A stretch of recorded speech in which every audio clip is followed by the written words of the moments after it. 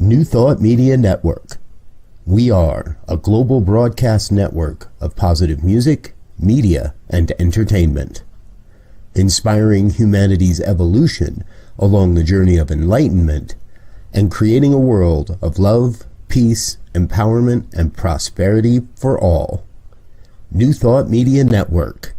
Positively inspiring.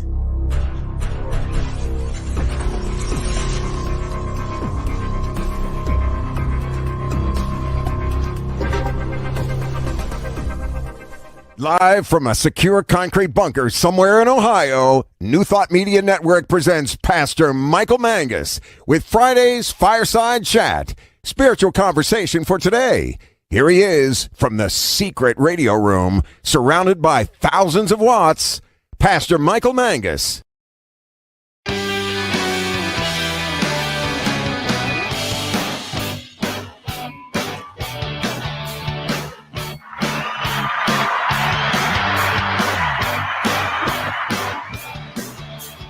Yes, as the thousands cheer.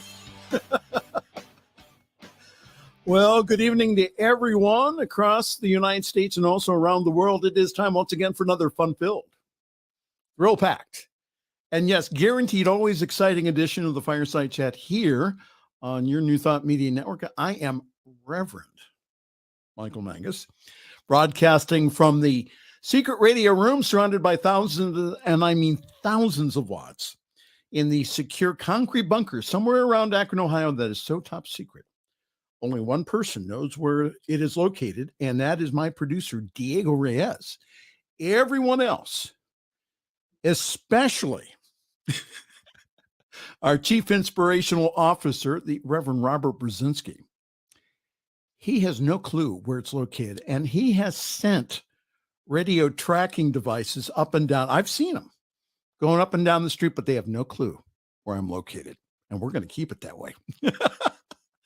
Once again, we have a wonderful show for you this evening.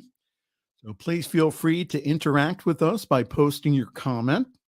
And for all my shy people out there, love to see and read your emails during the week. Please feel free to contact me at pastormichaelmangus@gmail.com. pastormichaelmangus@gmail.com. Well, the purpose of the Fireside Chat is for all of us to grab our cup of coffee or cocoa, to cozy up to the fire, and to get real about what is going on in our world from a New Thought perspective. And as I keep saying, I want us all to have a new thought about what is going on around us, not only here in the United States, but also around the world. And again, you don't have to agree with me. I'm just giving you things to think about here, about the whole idea that we are one. So what is our part in bringing about a world that does work for everyone? Our guest this evening is the minister of CSL Denver and also the newest adjunct faculty member at Holmes Institute, the Reverend Elzia Sekou. And we'll be discussing with Reverend Z the Akron, Ohio vote here to establish a civilian review board to oversee the Akron Police Department and also other issues. Reverend Z will be teaching the Islam class this winter term to our ministerial students. So good for him. Reverend Elzia Sekou will be our guest in the second half of our program. Wayne's asking, well, how do you practice oneness? You realize and recognize that you're interconnected with everyone else. I'm connected with you, Wayne. That's right. We're holy in the flow, divine chill. An early happy Thanksgiving to those celebrating this Thursday here in the United States. And the things that I am grateful for is including my producer, Diego Reyes, who keeps me on the straight and narrow here on the New Thought Media Network. I'm extremely, he's going, yeah. He's the one that gets called into the office on Monday to talk to Robert, not me. I'm extremely grateful for this platform, the New Thought Media Network, and all the wonderful people that I've met here through this network. And I'm grateful for my boss, my supervising and sponsoring minister, the Reverend Robert Brzezinski, who has been nothing but supportive of me being a part of this network. To Reverend Robert, Diego and I are waiting for our year-end bonus. We have not received that in our checks yet. And also Winston, our staff mascot, Winston Churchill, the staff mascot here at the New Thought Media Network, is waiting for his year-end treats also. All right. Lots of news to get to this evening. All from CNN. A potentially historic storm is bearing down on the western New York state, bringing treacherous snowfall and temperatures 20 degrees below normal. The snowfall will produce near zero visibility, difficult to impossible travel, damage to infrastructure, and also paralyzing the hardest hit communities, the National Weather Service said on Thursday. A state of emergency has been declared in 11 counties, and commercial traffic has been banned since Thursday on around 130 miles of New York's I-90 freeway. The storm's most intense snow is expected to lash the Buffalo, New York area, where, get this, more than 4 feet. 4 feet of the white stuff could pile up, making for an accumulation not seen in more than 20 years. So that's why I'm so grateful also for my snowblower being fixed this week. You never know. We're not that far away from Buffalo. And what's affecting Buffalo, it's called lake effect. Only happens in about 4 or 5 places around the world. But what happens is the wind comes off of the Great Lakes and produces these horrendous accumulations. In other news here, another employee exodus appears to be underway at Twitter after many workers rejected Elon Musk's terms for staying with the company. According to current former employees, this comes after Musk gave employees until Thursday at 5 to commit to extremely hardcore work or else leave the company. Following Thursday's exits, remaining employees received an email alerting them that Twitter offices will be temporarily closed and also badge access will be restricted through Monday, according to a copy of an email that was obtained by CNN. The story interests me because one of the reasons that Mr. Musk said that he was going to purchase Twitter was that he was going to allow free speech. and individuals back on who were previously banned on the platform, including former President Donald Trump. Now, it seems from the reports that Elon Musk he's retracted that. Mr. Trump has not been allowed back on the platform. Listen, I'm all for free speech here, but there's limits to it. You can't yell fire in a crowded building or at a movie theater. When you use social media to spread lies and divisions, there needs to be limits. And personally, I feel that we need to have the fairness doctrine back. That says that if you are a radio, TV, or cable channel, that you must give time for the opposing view.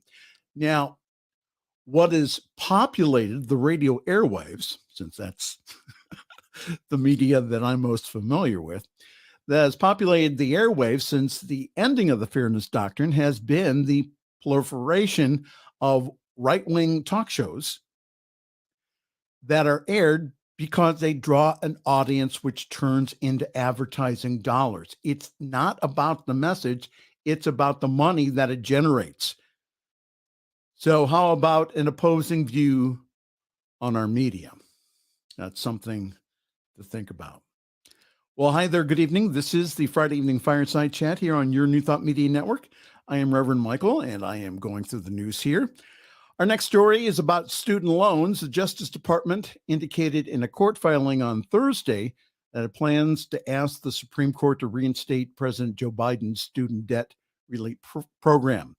We are confident in our legal authority to carry out this program, and we will be taking this fight to the Supreme Court so that the borrowers can get clarity and relief that they deserve quickly. Under the rules of the program, eligible borrowers can receive up to $20,000 of relief under certain terms, but it may take several months for the court actions. And again, several groups have opposed to this, saying that the president does not have the legal right to do this. It's going to take several months for the court actions to play out before any federal student loans can be canceled. Access to higher education is a moral, societal, and spiritual issue. Why is that? It's because individuals have more opportunities available to them because of their skill set. The same goes for trade schools. Who says that you have to go to college? Again, why aren't we continuing education beyond the 12th grade here in the United States? Saddling individuals with an average of over $30,000 of debt coming out of school, $30,000 of debt graduating from college and universities. What it does, it takes away from economic spending. So what if individuals making the average monthly payment of $400 a month, that they were able to take that payment and to buy a home, buy a car, other items, even save for retirement?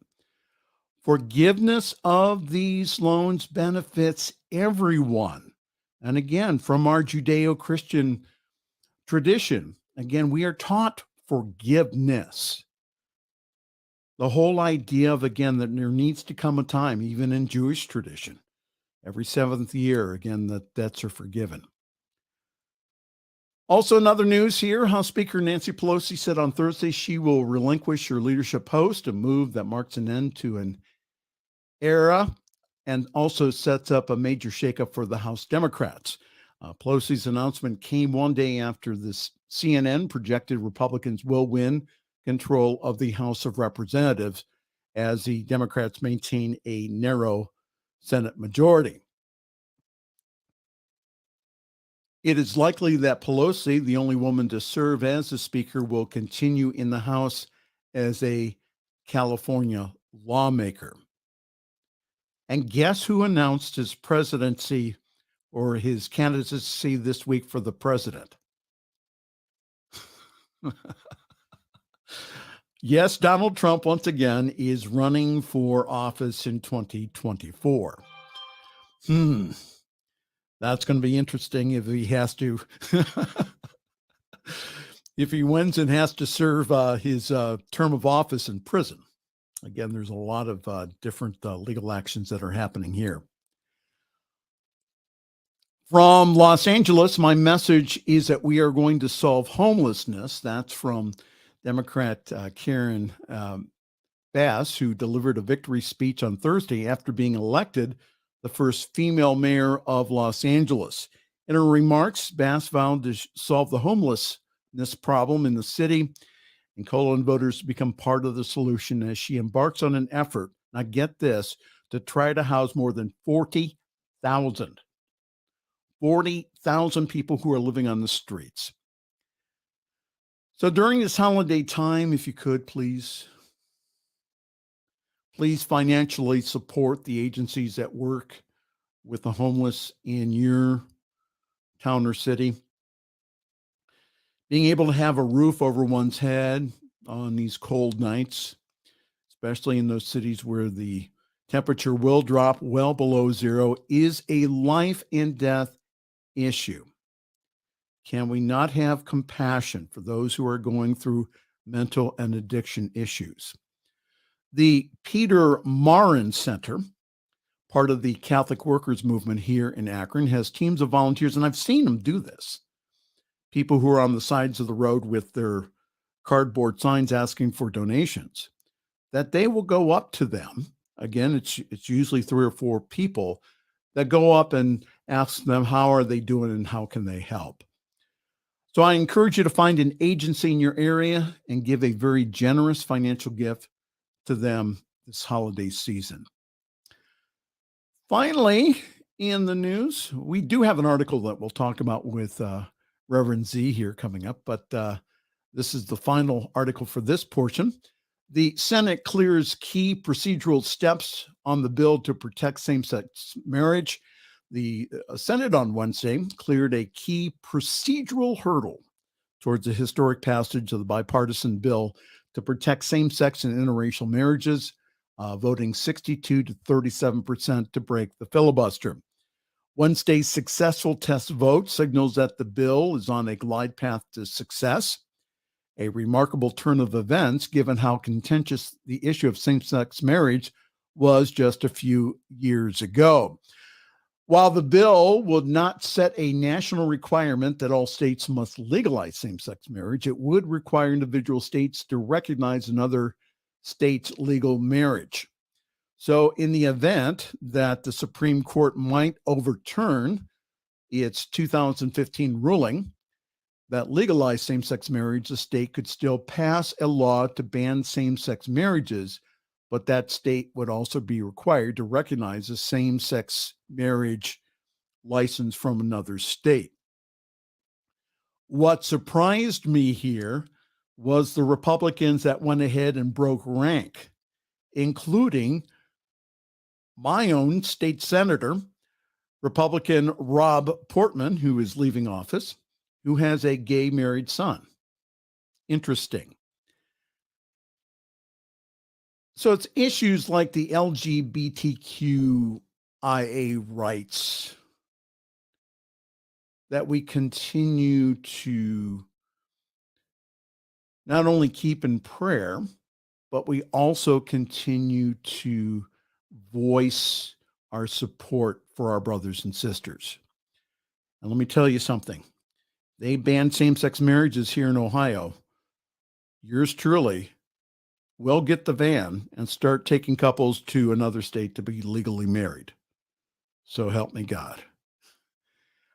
Okay, 19 minutes and 22 seconds, Diego. Was that good or not? Oh, that was within the 20. Show them what happens when I go over 20 minutes. He just takes me out of the picture. We're so pleased to have, again, in the second half of our program, one of our person who you've seen a lot here on New Thought Media Network as he gives his wonderful commentary, and also is one of our Sunday speakers here coming up from the Center for Spiritual Living Denver. The Reverend Elzia Sekou will be on with us here in just a few moments. So for some announcements here, yours truly is parking himself at Summit CSL. For more information, go to summitcsl.org. There you will find information about our wonderful Sunday gatherings online at 10:30 Eastern, 7:30 Pacific time. Yes, we do have people that come on our Zoom call all the way from California.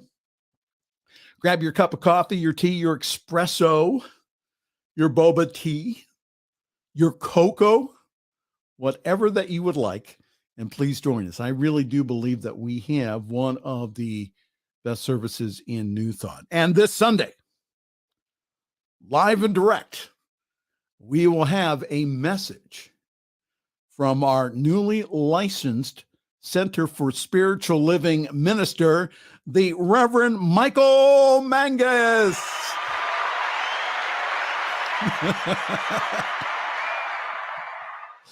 Go to summitcsl.org for more information on how to join our Zoom call. So we also have simulcast of our service on the Summit Spiritual Center of Akron Facebook page, and also our Facebook page also has past broadcasts of the Fireside Chat, and also yours truly when he's praying on the New Thought Media Network. We have so many new programs. We're also working on a super secret project, which I can't tell you about. But it's coming, and we will tell you more as the days progress into 2023. So find out about all the wonderful programs that we have here by going to ntmedia.org. There we have a full schedule of all the wonderful programs that we have here. And also, if you could, please go to our donate page. Partner with us. That's the best amount of money that comes out of my checking account every single month, is because I am a sustaining donor, is that, again, it just comes automatically out of my account. And it really goes to help us get this message to the whole world. Not only to the United States and also Canada, but around the world, people are being affected by our broadcast. This is our time. This is our season. So again, for all of those out there who said, well, we should get this message out to the world, we're doing it here on New Thought Media Network. So help us, please. newthoughtmedia.org/donate. All right, time for a break, and then we'll be back with the Reverend Elzia Sekou. You're watching the Friday Evening Fireside Chat here on your New Thought Media Network.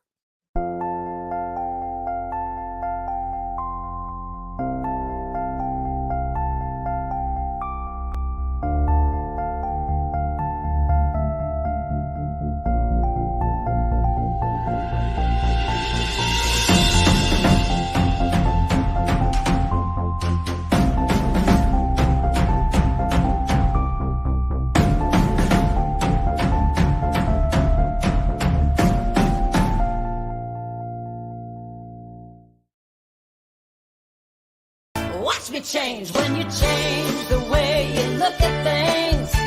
The things you look at change. When you change the way you look at things.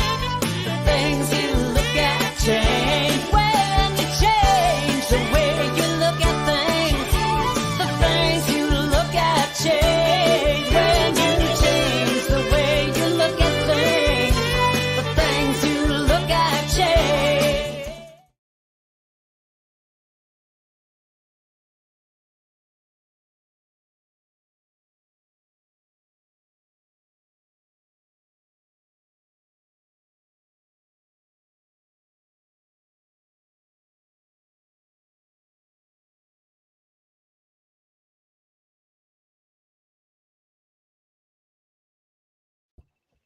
And it is our honor this evening to have one of our commentators here who is on several shows here on the New Thought Media Network, who is the senior minister of the Center for Spiritual Living in Denver, Colorado. We welcome to our platform this evening the Reverend Elzia Sekou. Good evening, Reverend Z. How are you? Good evening. Good evening.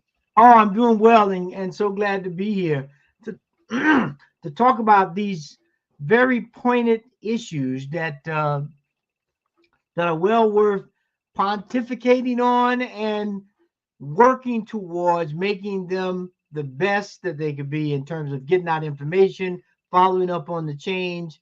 And so I'm just happy to be here. Well, thank you again for being here in such short notice.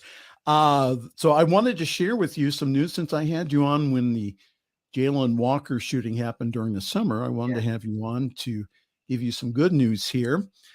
And the story goes, wow. 62% of Akron said yes to issue 10, sending police oversight plans to the council and mayor.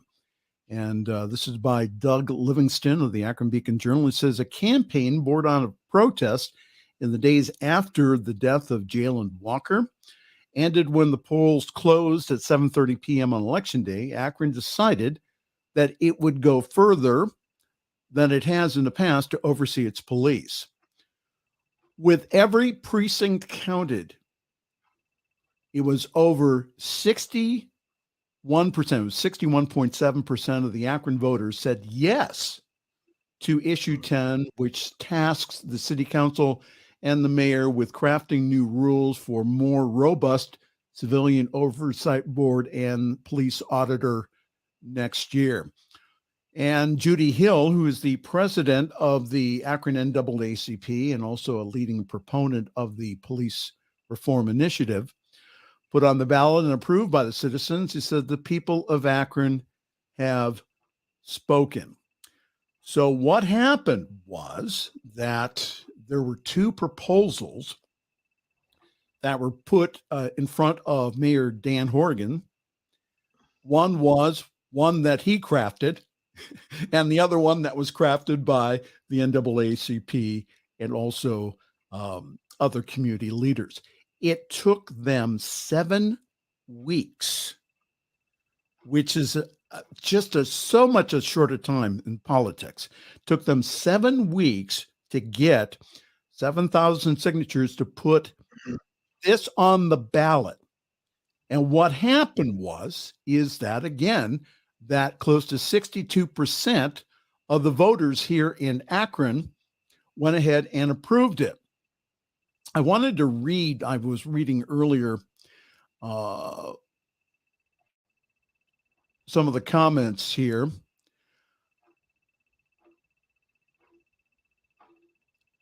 And it said here from the self-described conservative Christian who went ahead and voted against issue 10. He says, I don't have a problem with there being an independent auditor, but I feel like 3 individuals might have been a little excessive. Isn't that interesting? And also some Akronites also objectively categorized to external or categorically did not want external oversight of the police department. Matthew Gooden said he opposed issue 10 as he left his polling location in Ellett. He said, I don't see the point. He said, why would we police the police? Reverend Elzia Sekou, your comments on that, please. Well, well, first and foremost, I want to just put Akron, Ohio in the light, right? Because some of you may or may not know that Akron, Ohio was a stop on the Underground Railroad. Mm-hmm. Also, in 1914, Marcus Garvey started the Universal Negro Improvement Association in Akron, Ohio. Mm-hmm. And throughout history, they've been proponents, if you will, of racial equality. Sojourner Truth spoke there, as well as W.E.B. Du Bois. Now, so that kind of sets the stage when we're looking at these this issue passing of issue 10. and I find it interesting. I had to go check the stats, right? So in the 2022 census, there are roughly 189,000 citizens of Akron, Ohio. The breakdown, and I'll let the audience do the math. Here's the breakdown of the population: 59% white, 29% black, 5% multiracial, 4.5% Asian. And when you take out the 59% of the white population, it very well indicates that if 30% said yes, a lot of the white citizens said yes. Yes. To this bill. So it's got wide support for police to be held accountable, or any public official that has a gun to be held accountable and not be able to just do business as usual when they have these guns. So I was telling Elzia before the show, the story continues. The 8 officers that were involved in the Jalen Walker shooting, they have all been put back onto desk duty here in Akron. And the police chief citing safety issues. He said that many of the police officers after the summer have turned in their badge. They have opted for early retirement. So I find that very interesting, Elzia. Why would they do something as controversial as that? Having those officers, again, the investigation still is ongoing. They have not, again, it's an independent investigation. It's being done by the state of Ohio. And I also understand that the FBI and also other federal authorities are also involved in this. But again, there has been no comprehensive conclusion yet. And then the chief goes ahead and he puts these 8 officers back on desk duty. I don't understand that.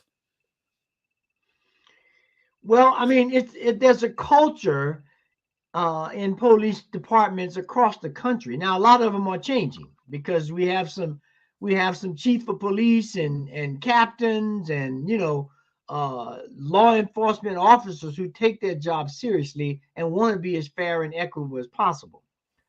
But in a lot of cases, you have that blue wall that you hear people talk about, right? They want to protect theirs. So they didn't want to put these guys on unpaid leave, because if they're on a desk job, they're still getting paid. Yes. And I'm sure they could have gave some incentives to some of the people who were retiring and say, look, we'll give you this kind of bonus. We'll give you this kind of extra to your retirement or days off or whatever, until we can get over here and recruit more officers. Yes. Meanwhile, Jalen is in the grave. So anyone who says that, see, Elzia, if it was just, for example, like one isolated incident, first of all, one is enough. But Right. This has been a systemic problem here I'm speaking just here in Akron, Ohio. This has been a systemic problem of overkill, mostly of African-American men. Again, the whole driving while black here in town is very dangerous. And so that's one of the reasons why the community officials, the people in, again, the African-American community, they got such widespread support. And what was wonderful, Elzia, was that, again, that we got young people out to the polls of every race, creed, and color. We got they got out to the polls and they voted again for police reform. I want to say something to sometimes individuals will say, well, you're anti-police when you mention this. No, I am absolutely for the police. Anybody who says that otherwise, we have some bad apples, though. And we also have a systemic culture within the police department that needs to end, that we need to, again, to maybe retire a lot of the police officers, again, in a systematic way, and also retraining individuals, not in law enforcement, but as peace officers. What happened to peace officers? So we've militarized our police departments. They come out in their SWAT vehicles and with their semi-automatic guns, of which, again, that's fine. But I think, again, that we need to have more training of our police officers, plus also weeding out some of these people, again, that to have a young man who was stopped for a broken taillight. All right. Yes, he did take off. Wouldn't you? Wouldn't you take off? So again, and they said they saw him reaching. Again, there's certain body cam footage that we haven't seen yet. So that's what I'm saying again, what I say is this: we have a moral and ethical issue here in Akron, again, to hold the people that do keep us safe. We hold them to a high standard, and we say, listen, we are here. We want reform. We don't want to defund the police. We want reform. And we also want you held accountable, especially when incidents like this happen, where, again, that they fired on him, Elzia, 60 rounds, with 48 hitting him. And you're saying that we should not investigate? I don't understand that. Or that, well, why are they bashing in windows downtown Akron? I'm surprised they didn't set the whole city on fire. It says we have to again hold the police accountable here. Especially for our African American young men. Go ahead, Z. Yeah, well, I think one of the good things I think about this citizen board is just that it's a citizens review board. And if they do the job correctly, they'll have a great cross section of the community to make it up. I'm not sure how many will be on that board, or would be more than one, and how they plan to implement everything. But if it's in true to fashion, given the citizens review board, we should have great representation, and everyone that's selected should be of the mindset, we want to make this better. Right? We want to make life in Akron better for Blacks, for sure, because they seem to be getting the most of the spear here, but for everybody. See, the thing, and I was talking with a friend today, actually, has a biracial marriage and has a son who's biracial, obviously. And they now are able to look at, before that, when you talk about pulled over because you're Black while driving, well, now that has a whole new meaning to my white friend who has a Black son now. Yes. And so it takes a whole new meaning that, that means my son may be stopped. So now that person has to begin to think about when that kid leaves the house, I need you to check in. Where you going? Where you going to be? What time you leaving? When you expect to get there? Because at any moment, something could happen. Now, for the average white teenager or white kid, their parents don't have to think about that. No. And it's called the talk. And it's something that, again, that African-American parents have to have with their kids. about what kind of behavior do you have when you're pulled over, and that again, let us fight it out in court here. Don't do anything rash here. We'll go ahead and we'll take care of it on the other end. So to give you more information about the police board here, there are 9 citizens that I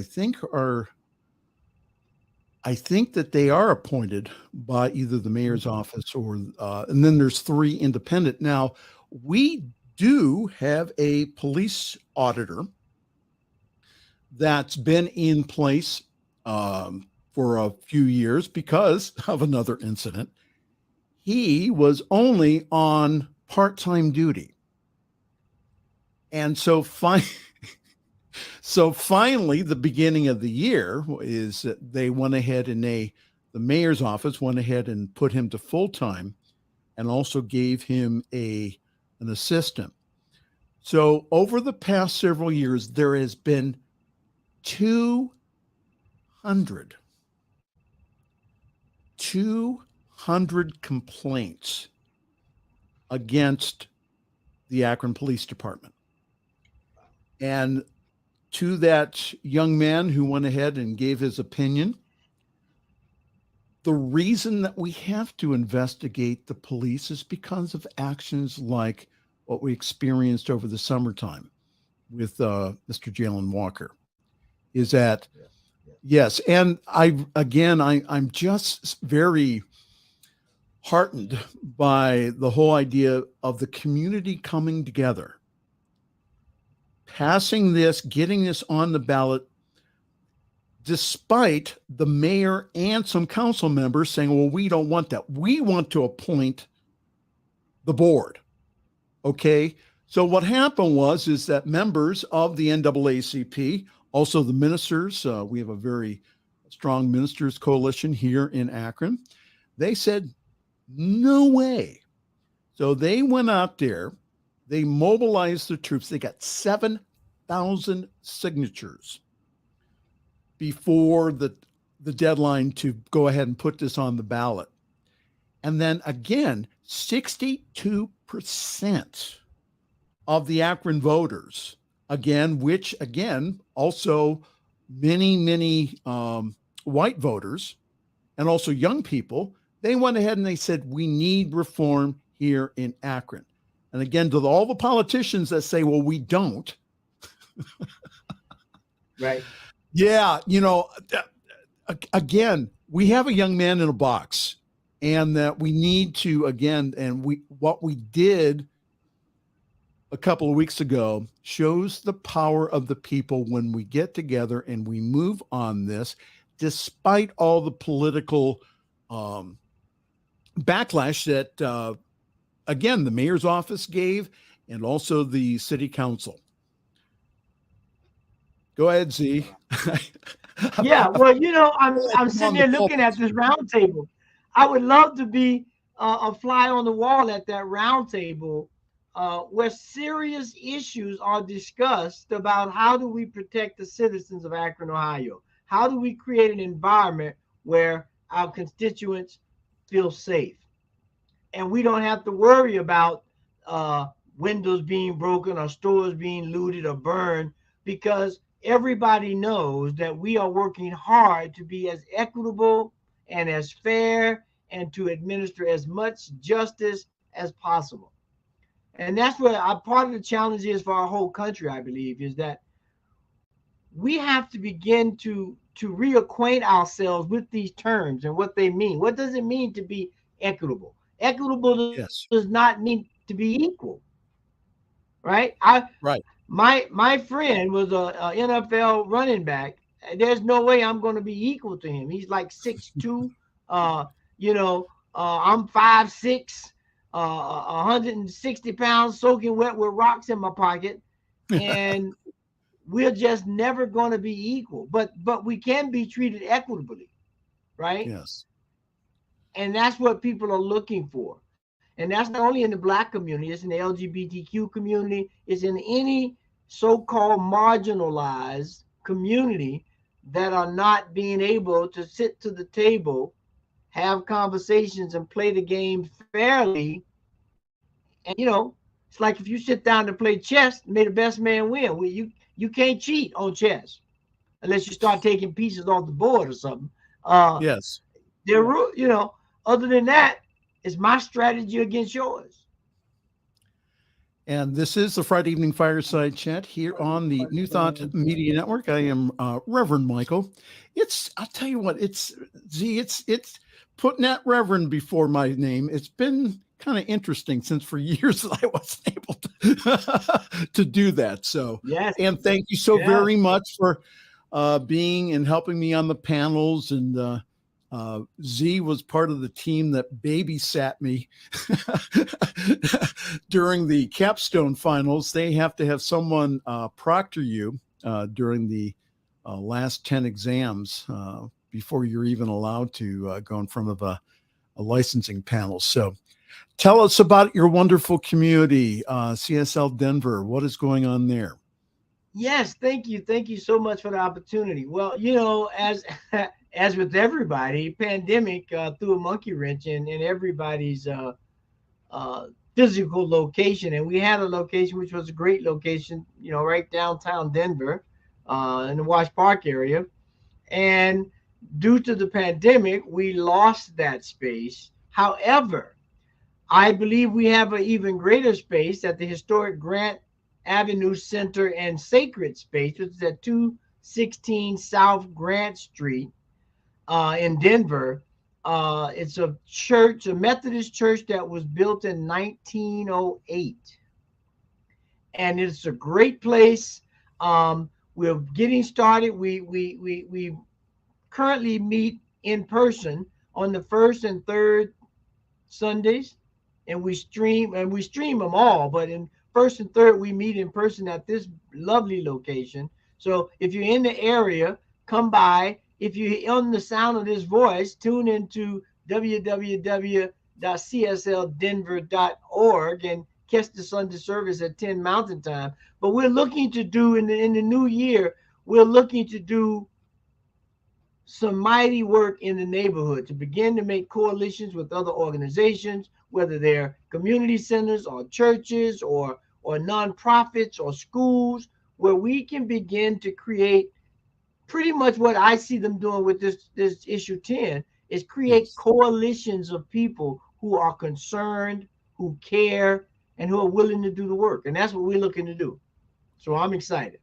Well, how wonderful. I just, so I was thinking about, we've had individuals go ahead and put into the chat, not tonight, but in the past, they would say, well, this is not the new thought of the 90s. Why are you bringing up social issues like this? People in the past never did that. Ernest Holmes never did. So why should we bring up issues like that, Reverend Elzia Sekou? Go ahead. Well, I would first question anyone who said Dr. Holmes did not talk about issues of the day, because when there was a African-American minister in LA, and we'll leave all the names out, that they were going to not support him, Dr. Holmes came to the center and said, I support this individual 100%. And if you don't support him, then you don't support me. And I'm paraphrasing, but that's what happened. And so that's number one. But number two, our congregations, our constituencies are concerned about these issues of social justice because it's affecting their lives. It's affecting their kids' lives. And so if you're telling me as a spiritual center, church, mosque, synagogue, that you're here to provide me with leadership and guidance and solace, but I can't talk about the issues I'm faced with every day, yet you still want me to give my tithes and time to your organization, then I need to pump the brakes.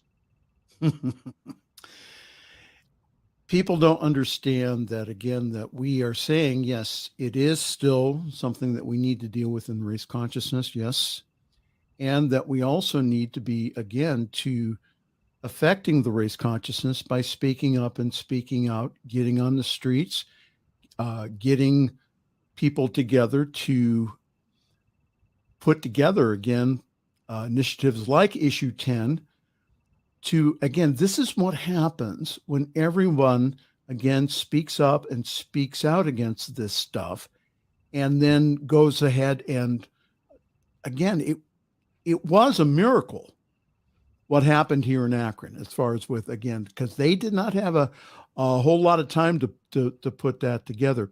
What is your view, Reverend Z, on the current bill that's going through the Senate right now about legalizing same-sex and also interracial marriages? I mean, that should be a foregone conclusion that if you start trying to legislate morality, which is what this gets down to, you're going to run into a brick wall.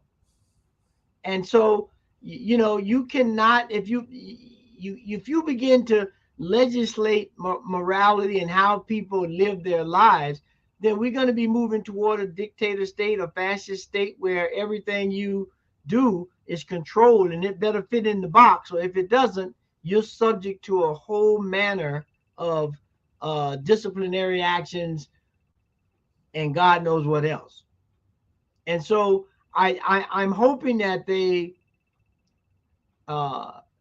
get the thing in order so that people who honor and love each other can make a way to live a life together. I remember early on in the gay community, in the LGBT community, there were a lot of questions and problems people were having about them adopting kids. Yes. Now they've gotten beyond that. And I would love to see the statistics in terms of you know, what is the outcome or what are the statistics of a healthy environment with healthy individuals in that family with in an engagement where people said if there are two gay individuals raising a kid, then the kid will come up gay and they won't be able to deal with this and that and da da da. I would love to see the statistics on that because I think it's 100% false. And it's interesting that the way that they're voting on this in the Senate, again, Rob Portman, who was very much against same-sex marriage and other issues, because again, being a Republican, that a few years ago, his son came out. And so that's what, and however, Senator Portman's leaving office. Yeah.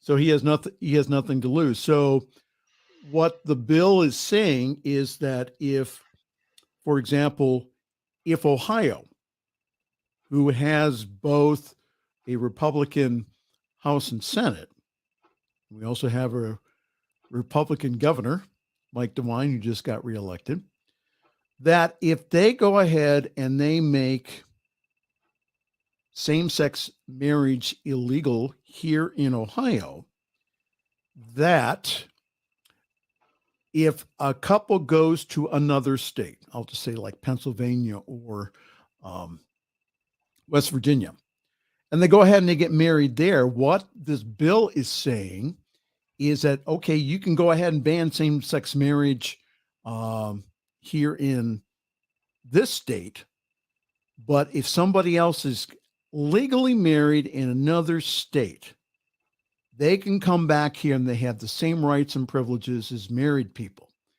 So this isn't a perfect bill. Absolutely not. However, being that we are in the climate that we're in and we have the Supreme Court that we do, that this is probably the best thing that, and again, look what there were 12 or 13 Republicans that went ahead and broke rank, that went ahead and said, we need to have this taken care of before the House goes ahead and is run by the Republicans by the narrowest of margins. And also, luckily, again, that the Senate was, again, that they were, we did not have a red wave. We went in and we had people, again, we had young people, we had women who were concerned about again, Roe v. Wade, and again, their rights for them and their daughters. They went ahead and they went out and voted. So that's one of the reasons why, again, we have to hold our elected officials accountable here. So, Well, all right. Go ahead, Z. I just going to say real quick on that midterm, for the first time, 2 gay governors that were elected. Yes. Which was the first. We got the one Gen Z that's 25. We even have maybe it was New Hampshire. There was a trans person that I'm not sure. I'm pretty sure it was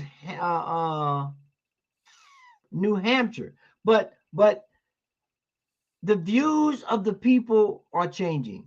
Yes. And the politicians have to be in step with their constituents, or they're not going to be able to represent. And quite frankly, just like in all of the industries in our country, you pick one: education, industry, business, education. It is time for the older individuals that are still there to start turning these positions and turning the reins over to younger people, because we're continually messing up the playing field, and then we're going to be out of the game, and we're going to leave them with all the messed up fields. Let them come in now and begin to work on fixing them and helping. So give another shout out to your wonderful community. How can people get a hold of you? Again, you can get to us online with www.cslddenver.org, or if you're in the Denver metro area, stop by and see us at 10 a.m. Mountain Time on the first and third Sunday at 216 South Grant Street. It's on the corner of Grant and Cedar. There's parking, lovely community, and we would love to see you there to come join the community, help us do some of this work that needs to be done. Well, the music is going, and that means that we're done. It means that Diego will cut us off. Yes. Elzia Sekou, thank you for being my friend, my colleague. Thank you so much for all the good that you do in the world. Please check out the stream, which is also here on New Thought Media Network on Sundays. Reverend Z, thank you so very much. Many blessings to you. Happy holy days to you and your family. Yes, thank you so much. Same to you, and love around the house. All right, thank you. All right, time for us to go here. And so if you'd like more information about what we're doing here, go to ntmedia.org. We're doing so much good for the world. Again, consider being a monthly donor here, because again, that every dollar that we get here gets the message out there. We have so many open doors. Please help us. So ntmedia.org/donate. On behalf of myself and Reverend Elzia Sekou and all of our staff here, this is Reverend Michael Mangus, again, wishing you a wonderful week. Thanks for joining us this evening for Friday's Fireside Chat with Pastor Michael Mangus. Join us again next week at 8 Eastern, 6 Mountain for more spiritual conversations for today. For more information and replays of past shows, please visit the New Thought Radio and Media Network's Facebook page. Until next week, may God bless you richly and abundantly.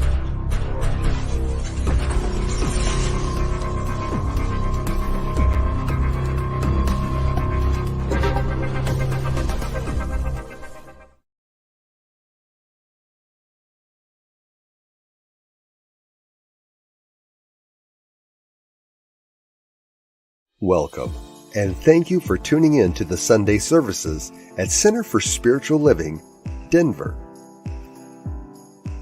We are a loving and prospering community in the heart of Denver and online. We now conduct hybrid services, continuing our transmissions online weekly, as well as meeting in person on the first and third Sunday of each month at the historic Grant Avenue Community Center and Sacred Place, located at 216 South Grant Street, Denver, Colorado.